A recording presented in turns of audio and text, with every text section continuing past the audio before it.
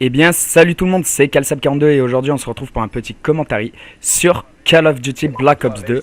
Alors, pour ce commentary-là, j'ai envie de vous proposer un mode de jeu assez particulier parce qu'en fait, c'est le mode de jeu multi-équipe.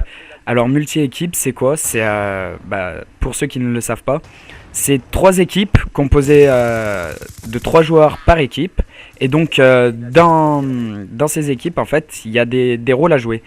Alors, il y a MME, élimination confirmée, et mon petit préféré, le point stratégique. Alors, le point stratégique, il faut capturer une zone et la défendre pendant un moment. Enfin, c'est un mode de jeu où il y a quand même un peu de camp dedans. Enfin, moi, je campe pas de toute façon. Vous allez pouvoir le voir sur le gameplay que je ne campe pas du tout.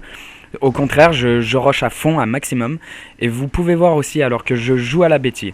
Alors, c'est quelque chose de logique en fait. C'est quand les gens jouent avec la Betty, bah moi automatiquement je joue avec la Betty. Parce que bah franchement c'est presque impossible de jouer à Call of Duty Black Ops 2 quand limite la moitié voire même toute l'équipe d'en face joue qu'avec les Betty quoi. La Betty c'est vraiment quelque chose de cheaté dans ce mode parce qu'elle part vraiment vite, vous avez même pas le temps de vous coucher.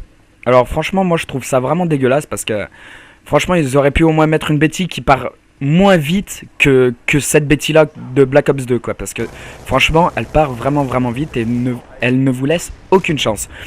Et alors il y a aussi un deuxième équipement qui est vraiment chiant.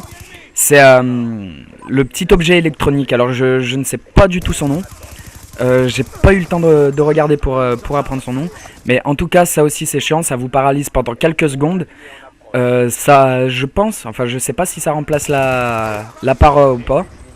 Mais en tout cas ça vous paralyse.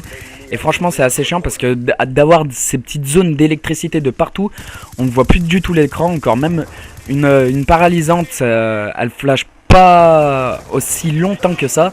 Sur Black Ops, sur Black Ops 1 elle flashait pas autant que ça. On avait l'impression même qu'elle faisait rien du tout les grenades flash. Donc voilà pourquoi je vous parle un peu de ce sujet là, parce que c'est vrai que c'est un sujet assez tabou en ce moment.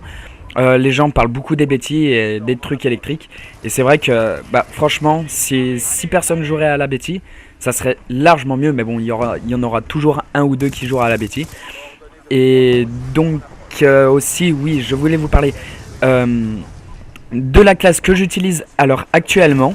Alors franchement moi à la base je voulais pas faire une vidéo spéciale sur sur la classe que j'ai créée. Mais en fait Gaëtan, enfin TZX GTTHHRR, je crois que ça doit être comme ça qu'il s'appelle, mais c'est vrai qu'il devrait peut-être changer de pseudo. En tout cas il m'a conseillé de vous faire une vidéo et de vous montrer la classe que j'utilise en ce moment. Parce que c'est vrai qu'il a joué mais vraiment beaucoup de fois avec moi, limite presque tout le temps. Il a presque tout le temps joué avec moi. Je lui ai fait utiliser ma classe et d'un coup il m'a dit Seb ça a été une révélation, j'ai fait des scores immenses. Et c'est vrai que moi avec cette classe là j'arrive assez facilement à enchaîner les ennemis. Donc la classe je vais vous la dire. Alors c'est la PDW, alors avec viseur laser, enfin viseur réflexe et silencieux. Et en deuxième arme, alors oui j'utilise surarmement. Alors en deuxième arme j'utilise la Vector avec canon long, parce que la Vector il faut le dire est une arme, enfin une mitraillette qui a vraiment une cadence élevée. De toute façon c'est vraiment moi je qualifie cette mitraillette comme la mitraillette ayant une cadence la plus élevée. Et ben, pourquoi j'ai mis la Vector en deuxième arme? Parce que tout simplement dans les combats rapprochés j'ai noté que le silencieux est pas très utile. Donc je me suis dit pourquoi pas utiliser une arme sans silencieux pour les combats rapprochés, comme pour la PDW, mais plus pour la Vector l'ennemi juste en face quoi. Quand l'ennemi est juste en face, je sors plus la Vector parce que c'est vrai qu'elle a une énorme cadence, donc beaucoup de dégâts. C'est vrai qu'elle vous tue l'ennemi assez facilement, et j'ai rajouté canon long parce que ses dégâts sont encore un tout petit peu plus accrus et un petit peu de stabilité je crois.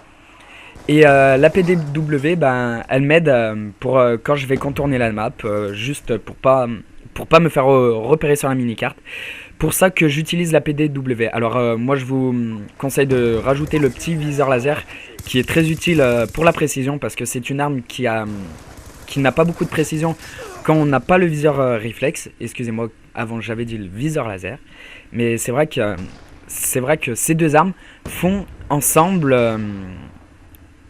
un combiné vraiment, vraiment puissant parce que bah déjà la PDW a vraiment un tir lointain. Donc pour tout ce qui est tir lointain, elle est vraiment nickel.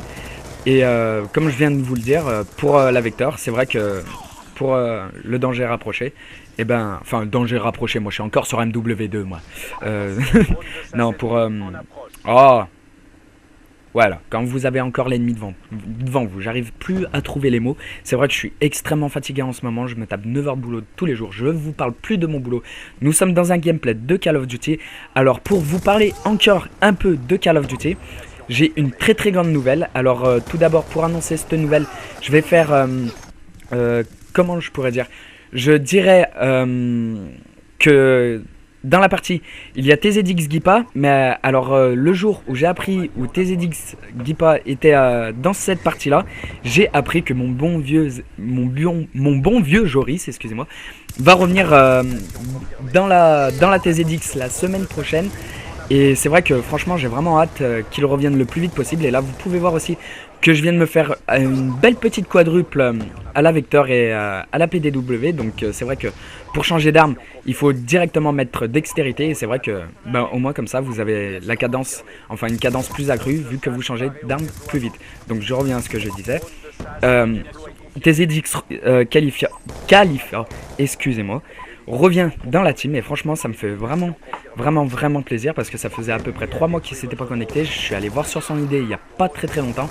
Ça faisait à peu près 3 mois, oui, 3 mois qu'il s'était pas connecté et franchement je sais pas si ça va lui faire bizarre ou pas de recommencer à jouer parce que c'est vrai qu'il s'était entraîné sur mon écran et c'est vrai qu'il s'était entraîné sur mon écran. Et c'est vrai que ben, le fait de s'entraîner sur un autre écran que le sien, ben moi j'ai plus la visibilité que j'avais sur mon écran. Donc je sais pas si vous êtes un peu comme ça quand vous allez chez votre ami ou je sais pas si vous allez chez votre copine si elle a une play, bah franchement ça serait super, épousez-la. Et bah je sais pas, le changement de télé vous fait-il quelque chose? Parce que moi quand je change de télé c'est vrai que c'est vraiment quelque chose qui me gêne, surtout dans mes déplacements et surtout pour la précision de mon arme, enfin pour la précision de ma visée. C'est vrai que c'est vraiment énervant. Et en parlant de TZX, de Khalifa et de TZX Gipa, j'ai aussi une autre nouvelle à vous dire. Alors peut-être que prochainement ma chaîne va peut-être être refaite complet ou pas du tout, je ne sais pas encore. Parce que je vous le dis, logiquement avec Gaëtan oh comment je pourrais vous dire ça, c'est vrai que ce soir j'ai vraiment du mal à parler. Gaëtan m'a présenté quelqu'un et ce quelqu'un s'appelle Thomas et m'a proposé de faire des vidéos avec lui. Alors c'est vrai qu'il est débutant au niveau youtubeur, enfin il est tout comme moi j'ai pas beaucoup d'abonnés mais je suis bien fier d'avoir mes 111 abonnés. Il est débutant youtubeur, donc dans tous les cas je vous laisserai la description dans la vidéo. Alors s'il vous plaît allez le voir pour si déjà vous aimez ou pas, parce que c'est avec cette personne là que je vais bientôt faire des duels commentary. Donc je reviens à ce que je disais. Gaëtan m'a présenté Thomas et Thomas m'a dit directement veux-tu faire des vidéos avec moi? Et moi franchement j'ai tout de suite adoré parce que c'est vrai que le mec était vraiment gentil. Et c'est vrai qu'il a vraiment une bonne voix pour commenter. Donc je me suis dit pourquoi pas prochainement faire des triples commentaries, des doubles commentaries. Et pourquoi pas dès la semaine prochaine un commentary avec TZX Khalifa. Alors je vous le dis d'avance, TZX Khalifa n'a pas comment la voix d'un commentateur, enfin je sais pas comment dire, c'est vrai qu'il a beaucoup de mal pour parler sur des commentaries. Moi aussi c'est vrai que j'ai beaucoup de mal pour parler sur des commentaries. Mais comme je vous ai dit, si je refais la chaîne, et ben là ça sera vraiment des textes préparés parce que là j'ai vraiment, je vous fais vraiment ce commentaire à l'improviste. Et c'est vrai que c'est pris dans le mode studio. D'habitude, j'ai plus l'habitude de faire du live. Mais bon, voilà, c'est comme ça. Moi, en tout cas, je vous dis à la prochaine. N'oubliez pas de commenter, de liker et de vous abonner. Je vous aime mes abonnés. Bye tout le monde!